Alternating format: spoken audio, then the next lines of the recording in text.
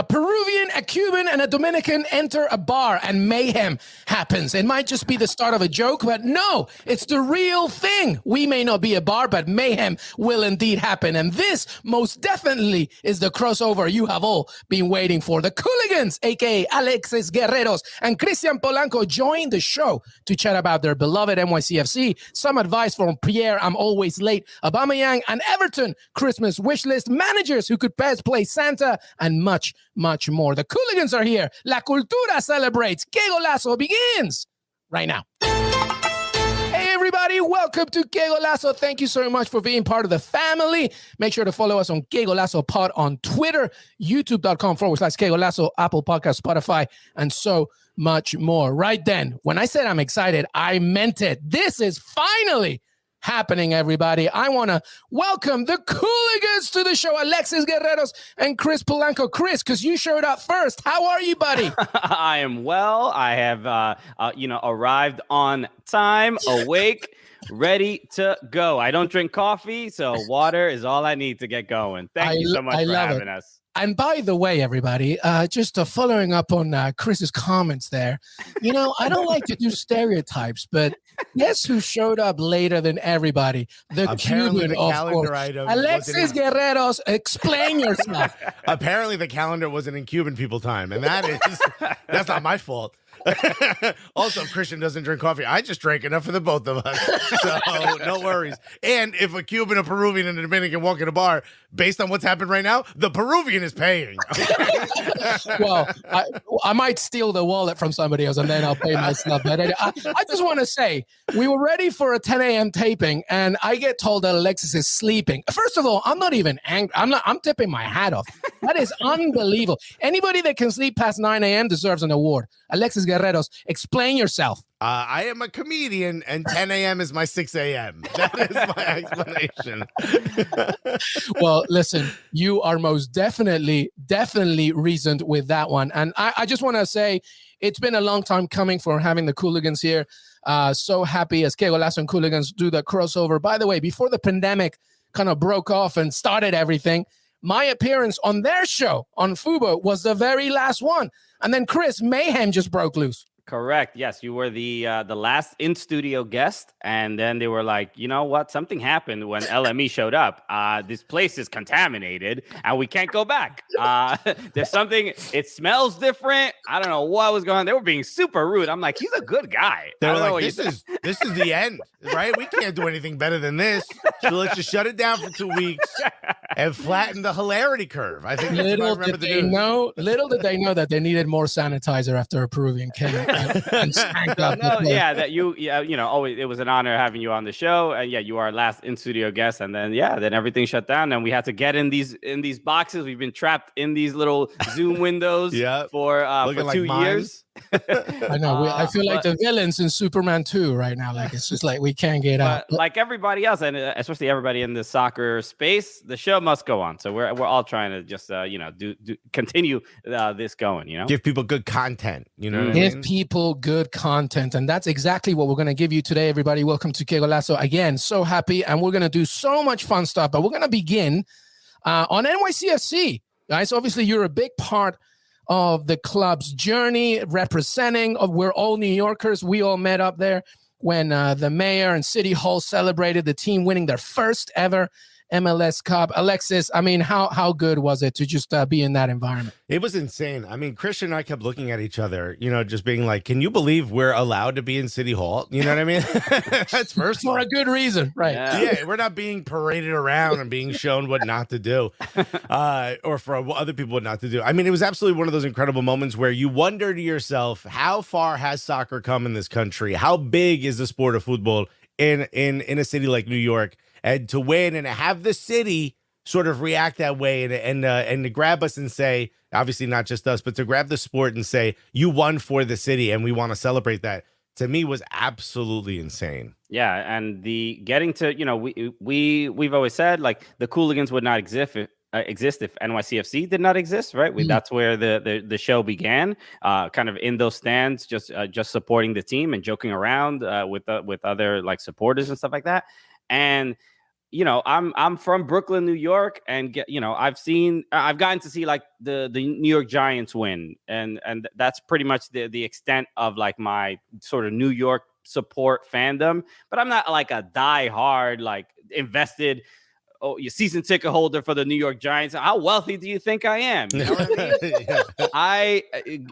Supporting a soccer team and then having them win is just something. It's so grassroots. It is so community based. Everybody who my friends who are Giants fans, we're not like, I would die for that man. I'm just like, he's all right. He's just another one of the guys that supports the but every time Moxie Morales gets slide tackled, I'm like, should I go out there? Yeah, exactly. Should I go out there? Cute as a button. Maxi Morales will always take that. But to your point though about just the growth of the game in the city. Obviously, all of us are New Yorkers. We're all Latinos, and just how impactful that is. It has such a Latin American flair as well. I mean, Sean Johnson is an adopted Peruvian as far as I'm concerned, but it was a great moment for NYC. Let me ask you something very quick. Let's go with Alexis first, and Chris, jump in. Tati Castellanos, obviously Golden Boot winner. I mean, this kid, I interviewed him for the show. I know that you guys have talked to him as well. Like, just such a star. But, it seems that maybe there's some interest in Europe. Thoughts on Tati staying, leaving? Alexis, what do you think? I mean, there's been interest from Palmeiras. You could tell I grew up in North New Jersey because I say Palmeiras. Shouts to Ironbound section. There was interest from Palmeiras in the past, and then he signed an extension. Look, we're part of the City Football Group, whether people like it or not. And when that happens, and you have a player that gets interest, there's a lot of options for them. They could sign with City, get loaned out. They could go to other clubs. And I think this is an opportunity where you're going to start to see a player that came from, Montevideo City Torque or Club Atlético Torque in the past, and is developed through a system of clubs like City Football has. And he shines at every level he goes. Golden Boot is no joke in this league. And he shines in every league he goes. I can't wait to see what else he could do. He just needs a better barber. Can we all agree on that? Well, you can tell him that. I'm not going to. He'd slap me. He takes some risks, all right? Some of us are more courageous than others. You know what? I think if NYCFC lose MLS Cup, I could understand the possibility of him staying to try to finish the job. But I mean, what an incredible season, what an incredible time when the stock is at its highest to make a move. I know there's interest in Italy as well. He wants to play in Italy or Spain. That's what I've heard. West Ham is interested. I know West Ham is up there, by the way. But yeah, Spain would make sense, obviously, because I love what happens with specifically young South Americans is they want to go somewhere where at least at the very beginning, language is not an issue. So like Spain could be one, but Italy is another part, by the way. But to your point, Chris, I think it had NYCFC not won, it would have been, hopefully a mountain, not as high to climb to keep him. But now, obviously, with all the success, Golden Boot, etc. But he's very Latino. He's like, wait a minute, Kanye West, jamón, me quieres? Those are two things I love. Well, listen, I'm telling you something. And he's very South American, man. He knows exactly. And to your point about the barber, he better find. I mean, I think you'll find him more in Spain than you do in Italy. At least cheaper wise. I don't know. But it'll be interesting to see what happens. It's easier to find Dominicans to give you a fade in Spain than it is in West Ham. And if anything, you can fly in Mariano from Real Madrid, and he can. There you go. Yeah. All right. Well, listen. Amazing for NYCFC. Congrats to both of you as well, and everything that you have done. All right, but let's move on here and let's talk about the clubs. It's no secret, if you follow the Cooligans, of course, that Chris is an Everton fan, Alexis an Arsenal fan. Those videos that we saw, amazing when you went to England, of course, even Paris before. I mean, guys, you're traveling everywhere. What's up, Chris? What's going on with that? What? You're getting those points. We the last few months, we've had the opportunity to just shoot our shot, try to do big things, and really, we have. We went to Everton. So I'm the Everton fan. Alexis Arsenal. We got to see. We call it the Cooligans Clásico when those two teams play, and we got to see it in person just a couple weeks ago, and that was. I mean, look, we all kind of went in like, oh well, Everton they've lost 7 in a row. They're probably not going to. Yeah, it's win. over. It's not going to happen. Over. Right. Real somber on his end until the actual match. And then the Mari Gray with the absolute stoppage time stunner. It was unbelievable. So we filmed the whole like mini documentary around it, and that will be out soon. So stay tuned for that. But yeah, so please stay tuned to watch Arsenal lose at Old Trafford and at Goodison.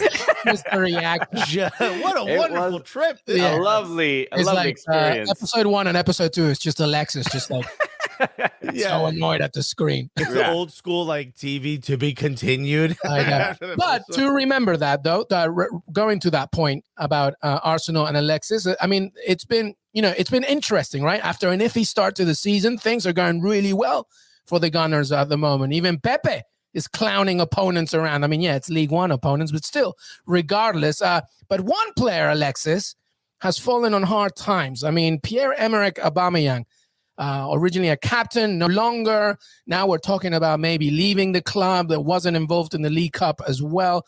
You tweeted a good poll here. Does Arsenal play better without Aubameyang? Obviously, overwhelming. Yes, I guess it depends when you ask it. 2:30 p.m.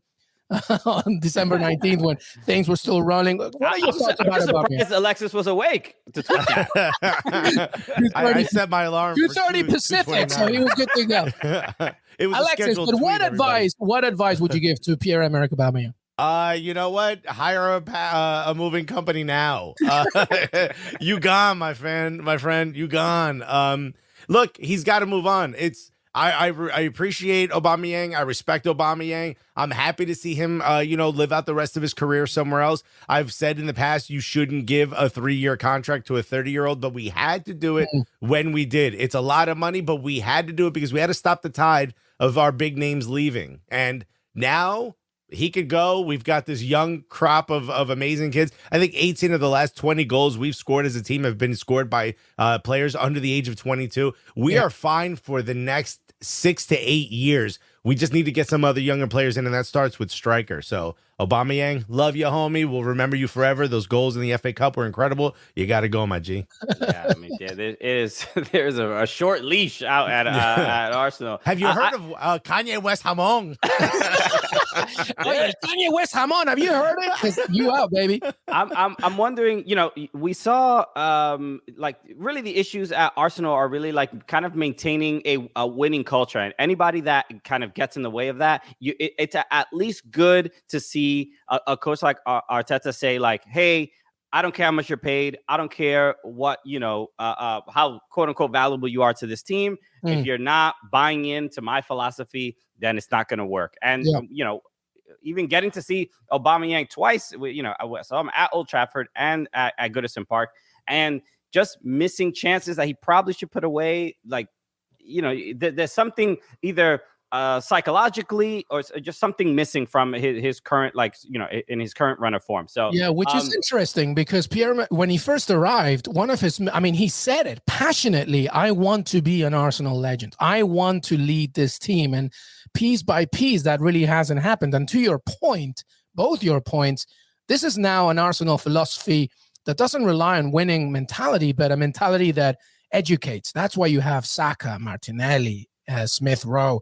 El Chucky Patino from the League Cup game as well. All these players that are now, like to your point, Chris, the winning mentality. So, all right, so let's play a quick game then, Chris. Where do you think Aubameyang's going in January? So I was saying this on our Twitch show the other day. I'm a little concerned that the situation may not be that simple, and we might have another like Mesut Ozil situation on our hands. He just stays for a while, where they can't really get rid of him. He gets paid quite a bit of money.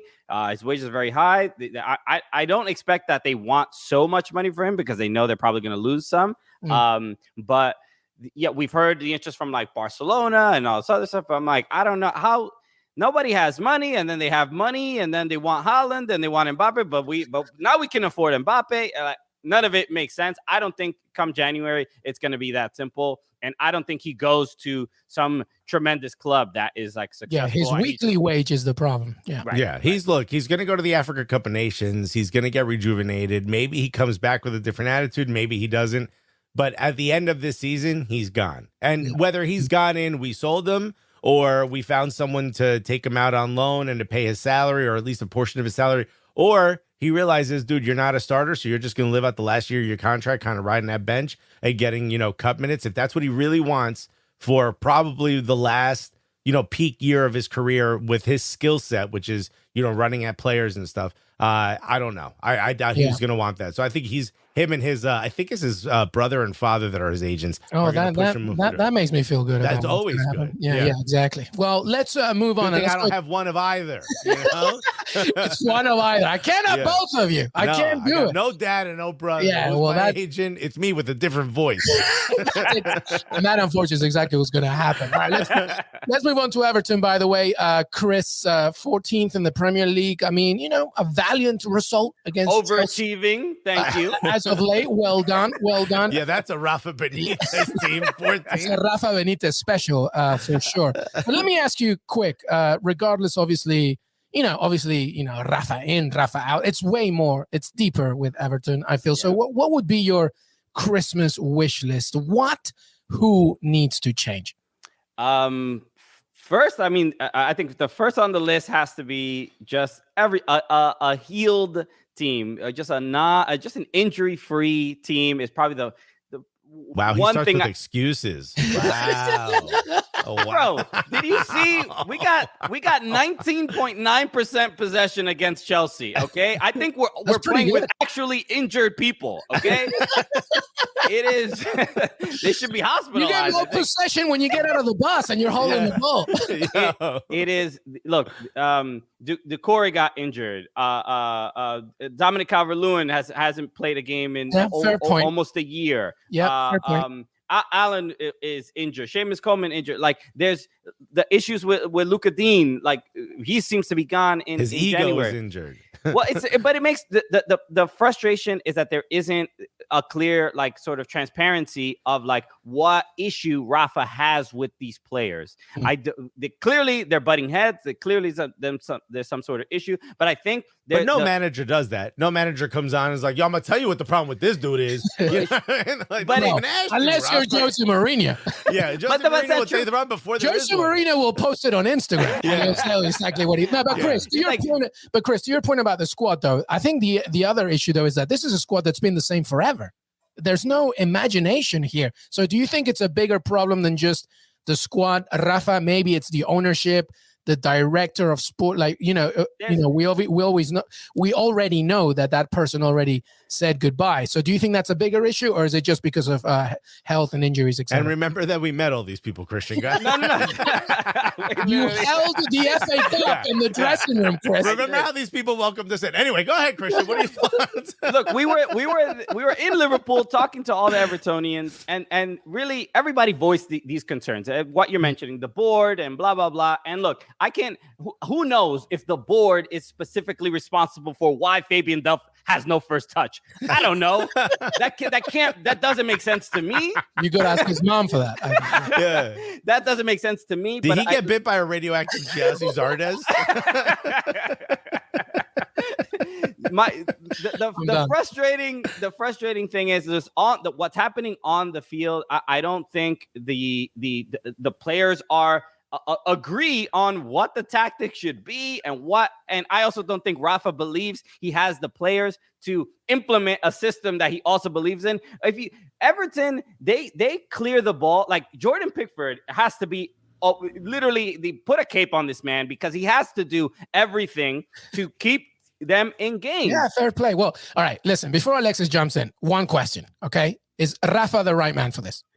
Yes. Okay. Look, first off, it's not even a yes or no. It is. Everton have had about 5 managers in about 5 years. There's no way you can say at this point that another manager is what we need. Another manager will fix this. Unless he can play midfielder. Okay, Wayne Rooney, manager midfielder. This is that actually makes sense. Yeah. There is a culture issue that you just need somebody there for a couple years, 2-3 years to just input, even if it's the wrong culture. At least it's consistent. You know, that's what. So these everyone's players going to be need. goth? I don't know. We just need a culture.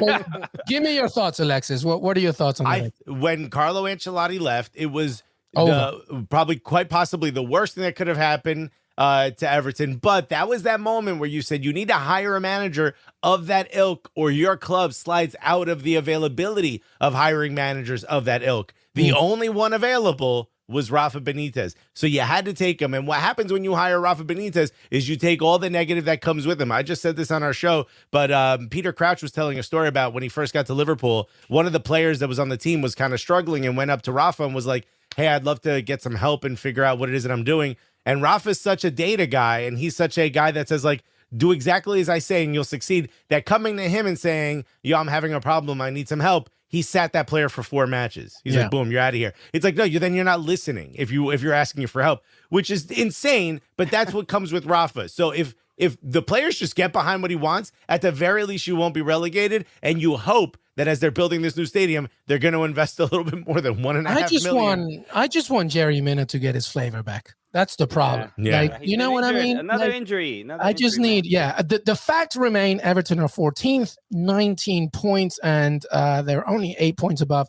relegation. Though I do feel that there's more teams struggling. All right, so listen, we're going Not Arsenal. Yeah, we know. Here we go.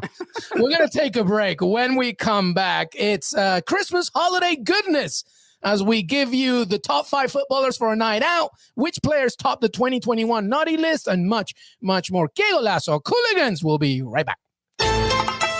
Welcome back, everybody. Qué Golazo. Got the Cooligans here, Alexis Guerreros and Christian Polanco, for your holiday goodness. Right then, we're going to play some games, everybody. And let's begin, boys. Jack Grealish, Phil Foden got reprimanded after the Leeds game. They went out. I mean, they're young boys. I don't really blame them that much. But Pep Guardiola apparently is really, really strict on discipline. So I wonder what happened with Benjamin Mendy. But anyway, then we'll talk about that in another game. But this is Jack Grealish and Phil Foden. They went out, and obviously they got disciplined, whatever. So we were wondering here at Qué Golazo, the top players for a night out. So I'm going to get the ball rolling, and then I want the boys to just chime in. Okay, so here are mine, guys. All right. This is what I have. And I want you to think carefully about why I chose them, okay? They're not necessarily all because they're all crazy or whatever, but it's just because when you're going out on a night out, you kind of want somebody in your back. So the first one for me, John McGinn. I'm sorry. John McGinn is the best player in the league to go out. He's nuts. The second one, James Milner, because you need a designated driver, okay? The third, Olivier Giroud, because he'll just get you in everywhere, right? He's so pretty. He'll hook you up or no matter everyone. Like, no matter what happens, Olivier Giroud will hook you up. Okay. The next one is Alan Saint-Maximin. I just think that he'll be so much fun. Don't you think? Like, he'll just be a good time. And the last one, of course, Gianluca Lapadula. Those are my choices. But who would you have as your players to go out? Let's go with you, Alexis, first. I'm okay. If I went out with Olivier Giroud, I wouldn't be able to have a good time because I'd be staring in that man's eyes. Majestic. Look at this. That's not a human being. How are him and I the same animal? That's not real. That just can't be real. I'm exhausted. I'm exhausted already just looking at this. Okay, yes, get rid of that image because I can't think about it. Too much. Why is he looking at me like that? He was looking at you guys like that, right? I'd start. All right, so first I'd have to go. And this is going to be a lot, but I'm going to go Emil Smith-Rowe, Saka, and Martinelli. Because those guys... Don't go out to the Tottenham side of North London. First of all, they're celebrating like crazy on the pitch. I can only imagine what the party they're going to have you doing TikTok dances. Bro, young. And I can't wait to jump in a pool on an inflatable unicorn. Okay. With Saka. Emil Smith-Rowe looks like the kind of guy that says, I'm going to go and get all the drinks. And he takes like 3 hours because he's too polite for the bartender. Like, you need like If the bar's weeded, he's not getting in. No, he's a sweetheart. He's just going to sit there fixing his hair the whole time. Whatchamacallit. So I'll pick them. I want to say Alphonso Davies, right? Oh, okay. Yeah, right? Yeah. And then the last one is Karim Benzema, because I want to film a music video. Okay, but Alexis, be very careful with Karim Benzema. Oh, no. I'm well aware. Make sure you know where his phone is at all times. This is why I didn't put Karim Benzema and Giroud at the same time, because there would be videos of me drooling over Olivier Giroud, and then he tried to scam me with it. Go ahead, Chris. Look, we mentioned Yeremina. Yeremina, obviously one of the best dancers in world football. Yep. So he has to be there. I was gonna say Alphonso Davies as well. That's a good choice. Interesting. Why do you think Alphonso Davies? Look, as far as his IG videos and TikTok game, IG live, like the guy knows how, on social. He's funny. He knows he doesn't take himself too seriously. Jokes around. He's someone we've always wanted to have on the show. Like, he loves good music. Yeah. Great personality. Drake, you saw when Drake followed him. You saw that video when he lost his mind. Yeah, that's a down to earth human being. I tell you one thing though: if we all dine and dash, he's gone. He's gone. Yeah. Like no, and we have to pay for it because we'll get caught. Oh, my fat ass is paying for this meal. 100%. I mean, this isn't a night out, but bruh, I want a Twitch stream with James Rodriguez. Bro. Oh, okay. There's nothing better, okay? Just really not taking your job and life seriously on Twitch, talking to the homies. Just the Prince of Saudi Arabia. He's like inviting you to his like Aladdin like castle and shit. Yeah, I would love it. It's a good one. I'm really surprised none of you have picked James Milner. You need a designated driver, guys. You need somebody. We got He's Uber. a soccer dad. Oh, that's true. That's true. You got Uber. That's true. And I was gonna say Rooney, but I don't know where that night ends up. Nah, he'd Irish exit at this age. I think. Yeah. Absolutely. All right. Well, let's. You have another one before we move on, Chris? No. Keep going. Let's keep. All right. Well, let's keep going. Let's go with the naughty list. There's been a lot of folks in 2021 who we think, you know what, you might not get a gift from Santa. So I'm wondering, out of all the players around, who do you think should be in the naughty list, Alexis? I'm going to say Aubameyang. Yeah. You know, I hate to go back to Arsenal, but, you say you're going to go help your mom move, and then you take a couple extra days and you completely forget about all of the COVID restrictions when you get back, as if you don't make 350,000 pounds a week and have people who handle this for you. You know what I mean? You ain't going on kayaks to find a flight. My guy, people handle this for you. Someone handed you or emailed you. If it's his brother and his dad taking care of the travels, they might go on kayak. But someone tells you, you need to come back on this day and do this test and be prepared for this training. Stop acting like you didn't know all that. I just think when you're captain, man, you have the role of being a captain. You just throw it away. I don't know. But yeah, Aubameyang is my choice too. Chris? This is a tough decision. I mean, I guess if we're, it's Digne for whatever he did. Yeah, that's it's like if you have to make it very personal in your own club, it's just like this, like what happened, like ¿qué pasó, Lucas? Yeah. It's just absolutely baffling. Just these Alexis mentioned earlier, like, a manager is not going to say what a player did, but Arteta was like, well, Aubameyang did not show up, or like they can do it if they need to. They put out a public statement. Yeah. So he would probably be on there, even though it's bad, because it might even be Rafa as well, because maybe it's on Rafa's point, on Rafa's end. I don't know what happened. No, I think so. All right, well, let's move on. Let's talk about which team would throw the best Christmas party. Chris Polanco, let's go with you. What team do you think, what club would just throw the all-out shindig? Well, you know what? I think because we were just there, especially after an MLS Cup win, NYCFC, because they did something incredible in Portland. After the MLS Cup victory, they rented out a hall for for a bunch of supporters. It might have been like 400 or 500 people. Rented out a hall, got them all food, cool. and the players came through with the MLS Cup and celebrating with the players. NYCFC, there's the, if there wasn't a concern about COVID, the holiday party would be absolute madness. It's that City Football Group money, right? Yeah, dude, they actually emptied the hotel of food. It started out with like chicken satay and all that, and it ended up with a pile of corn dogs. They were like, this is all we got. This is all we got. Eat the corn dogs. I'm going to say we were also just there. And here's the reason I'm going to say PSG. Okay. First of all, Neymar, Messi, Sergio Ramos, Gini Wijnaldum, Donnarumma, all these incredible players. but we never got a chance to get media passes for that match, and we couldn't understand why. And then as we're standing would you wear like this, like Neymar? Would you go out with your hat as well? 100%, and I hope he solves that crime. Yeah. I think the dude in the black jacket is the guy who did the crime. Also, I mean, clearly he's searching for a vampire. Yeah, Why is Salvador Dali here? I don't know, guys. I loved them in Carmen Sandiego. This is incredible. But yo, we saw the door open to the media entrance, and there was this table. It looked like you were on the Titanic. It was shrimp cocktail everywhere. There was an ice sculpture. Fam, I'm gonna hang out at Parc des Princes with the players. That's the party I want to go to. I like that. That's a good idea. My choice is Newcastle because they have more money than PSG, and Geordies can party, man. I'm telling you right now. It might be a mess.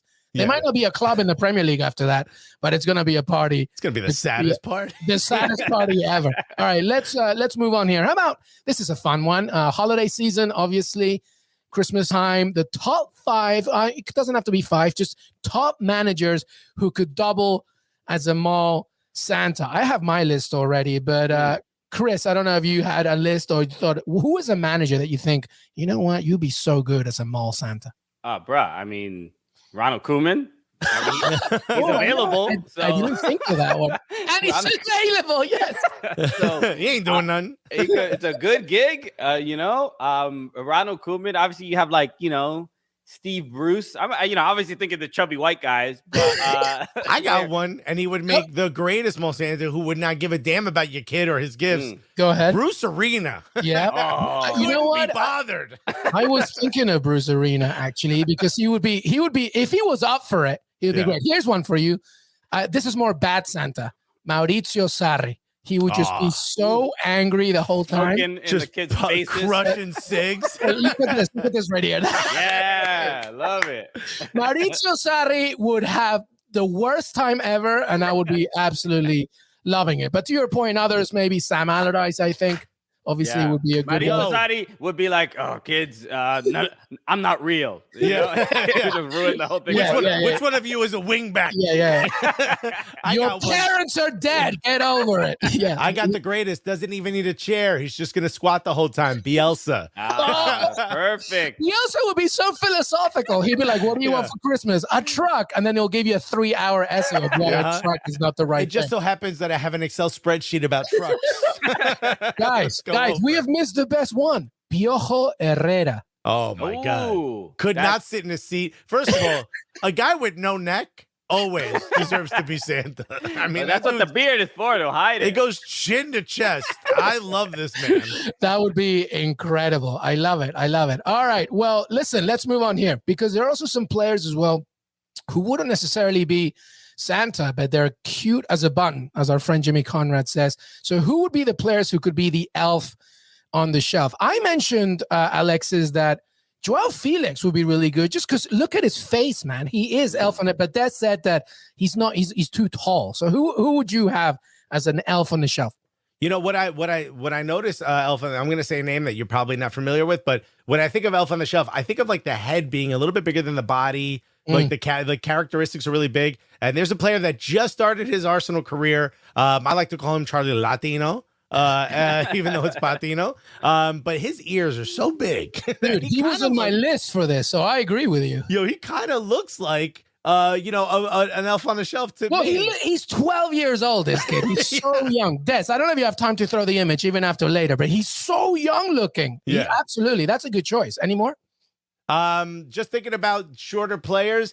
What's his name? You know who the MVP of the of MLS, Carlos Gil. Carlos Gil. Okay. Former Villa player. Yeah. Stack, but he's one of those they're supposed to move the elf on the shelf. His would move on his own. Patino. There's Chucky Patino. Look at this kid. First of all, 90% ears. Look at this kid's face. Right? I love this kid. He's going to be a legend. Yeah, but boys, Chris, I'm surprised you haven't mentioned Maxi Morales. Yes, Maxi's obviously there. Another name you have to include is Lorenzo Insigne. Yeah, obviously, just cute as a button. Just you can't even find him. You can't grab him. He's difficult to there he is. Down. Look at him. The kid on the right is just smaller than Insigne. Wait, which one is he? Insigne, I mean, look, and I'm sure you've experienced this when we're all around the same height, right?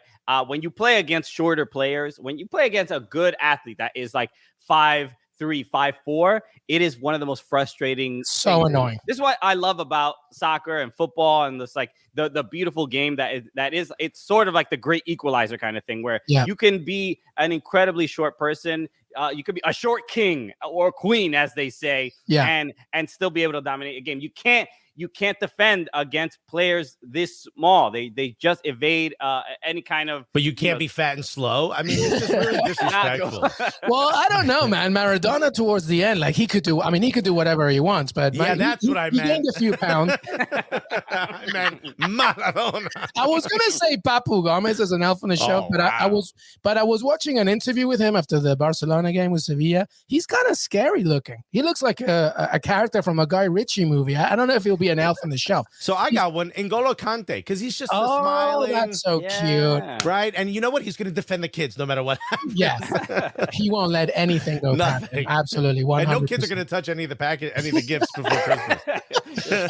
Tackle right into them. You're getting two-footed with a smile. Yeah. No, one quick. Did you hear this note about N'Golo Kante that? Obviously, he's a nice guy, has a great personality. Everybody loves him, but when he's on the pitch, he never helps any opposing teammates up. Yeah, good for him. Yeah, it's like a very psychological, interesting thing. He said, no. He's like, I draw the line at helping your ass out. I can only be so nice. Like I can only be so nice. I love that. If somebody puts their hand out and N'Golo's like, nope. No. I'm really sorry, man. He probably feels terrible about it too. Yeah, exactly. All right, we're gonna finish up, by the way, with a very controversial topic. One that's gonna be super interesting. As you know, the Cooligans, New Yorkers, myself as well, but pizza is a massive part of their life. And Alexis, first of all, talk to me about Hawaiian pizza. What is it that you absolutely you detested, I presume? Hawaiian pizza was invented by a Greek guy in Toronto, Canada. It is not Hawaiian in any way, shape, or form. When it started out, it was called. Is the Canadian guy not from Hawaii? No, he's a Greek guy. He was Greek. Not Greek Hawaiian. He could be a huge population of Greek Hawaiians in Toronto, Canada. Massive. A Greek Hawaiian living in Canada. If you need a demo to find it, it's right there. Right. We're confusing the hell out of any English people watching because we are mixed, but not that mixed in this area. It was considered Polynesian style because tiki bars were popular. And first of all, Hawaiians don't put ham on top. Don't put pineapple on top of pizza. They glaze ham. Gelatinous fat needs an acid. What better than a sweet acid? There's no gelatinous fat on deli ham that all your stupid pizza places are using. Also, you would never ruin great pizza this way. You know what this is like? If you like pineapple on pizza, Luis, that's like putting ketchup on arroz con pollo. Okay. Like the entire country of Puerto Rico? Ain't put ketchup on arroz con pollo. Latinos put, I don't know, like ketchup, definitely. We put it on cereal. Shit. Yes, but not on arroz con pollo. Right, so, Chris, you feel the same way.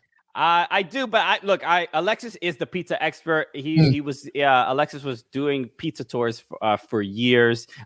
He is the one that's way more passionate about this. He said, when he said that sweet acid, I'm like, I love that sweet acid. Okay, girl. That was Christian. That was Christian's nickname. Your pizza? That was that was very impressive, by the way. You got to get up after 10 a.m. more often. I think. No, it is. Oh my God. This part that Desnar's put up, by the way, in the All or Nothing thing, where Weston McKennie and Buffon were talking, and McKennie was like to Buffon, saying, "You don't put ranch dressing on your pizza." Chris, what do you think about that? Did you see that? Ranch dressing is obviously gross and doesn't belong anywhere near any Latino, but some people have their interests. This is a again. Alexis is way more passionate about this than I am. I feel bad. I'm disappointed in Weston McKennie. Just like the rest of Juve are disappointed in him. Right. But This might be the reason why. this is not how you bond with your teammates. So Weston McKennie really needs to fix And also, I want to stop this that the Italians somehow know more about pizza than New Yorkers. Because if it wasn't for New Yorkers, y'all wouldn't even know you had something good. Oh, it's preach, because baby. of us. It's because of us that it became popular. Pizza is like a hot person from a farm town that came to New York and became a superstar. It's because of us. Pizza's Kelly Kapowski in like season 2. That's Wow, what a right. reference. I'm just gonna say, I'm gonna tell you just one thing, just in defense, all right? Peruvians love Hawaiian pizza. No. Peruvians drink. Start there. And that's I'm why gonna you say eat something. pizza. Italians wouldn't even have pizza if it wasn't for Peru or Ecuador, because guess where the tomato seeds came from? From South America. So every now and again, I just have to defend Hawaiian pizza. But listen, to Chris's point, Alexis is the pizza king. So the moment you started talking about acid and stuff like that, I was like, man, all right, this guy knows his stuff. But no, look, LME is right. If it wasn't for Peru had the trade with Spain, Spain sold tomatoes to Italy. They thought it was poisonous, so they only let the poor people eat it. They just used to use it as sort of like a garnish to show they were rich. Poor people would rub it on the bread. That's how it ended up on pizza. If it wasn't for the New World, y'all wouldn't have anything. And by the way, noodles came from China. So what is Italy besides fusion food? Y'all got nothing on your own. Polenta. We should have spent the entire hour just shitting on Italy. That would have been great. So I don't care what you like, Buffon. What kind of name is that anyway? I'm in goal. So what, bro? Ranch everywhere. All right, listen, this has been an absolute blast. But before we say goodbye, we always do final thoughts with Heath Pierce, Jimmy Conrad, James Bench, JJ, Jonathan Johnson. So I want to leave that to you, Cooligans. Final thoughts, anything that you want to bring up that we haven't perhaps discussed. It can be about the beautiful game. It can be about something that's coming up for you. Final thoughts before we wrap this up. Let's begin with you, Chris Polanco. My final thought is I'm just absolutely honored to be here and getting to know you and work with you. We've known you for several years. We always talk about this, the Latinos that are in this game, especially covering this game in the United States. Look, everybody has something to offer. We're both stand-up comedians, and the fact that the Cooligans exist in this space and are welcomed and loved by other Latinos and work together, it's absolutely beautiful. You see it right there on the shirt: more female, Black, Latinx, Indigenous, Asian, LGBTQ voices in sports. The Meg Reyes shirt. So I'm glad this is just a personification of this shirt. So preach, brother, preach. And I love the fact that a Peruvian had to sit here and listen to a Dominican and a Cuban talk about their sport. But here's what I'll say for my moment. Arsenal are going to finish in the top 4. I told you so. Trust the process. Arteta in, baby. I knew he was going to finish with an Arsenal comment, but remember when Everton were in first place for like 2 weeks? Remember when Arsenal were in last place? Wow. I'm just going to say Aston Villa has a European Cup. That's the only thing I'm going to say, but that is it, my friends. Alexis Guerreros, Christian Polanco from the Cooligans. Thank you so much. Chris, thank you, brother. Thank you so much for having us. Appreciate you. Alexis, always a pleasure, my man. Absolute honor. Thank you so much, everybody. Make sure to follow the Cooligans on Fubo, on Twitter, Alexis Guerreros, Chris Polanco as well on Instagram, and Qué Golazo Pod on Twitter. We are on youtube.com/Qué Golazo, Apple Podcast, Spotify. Leave a rating and review, and CBS Sports and your CBS Sports app. Have a fantastic holiday season, and we'll see you next time. I'm going back to bed.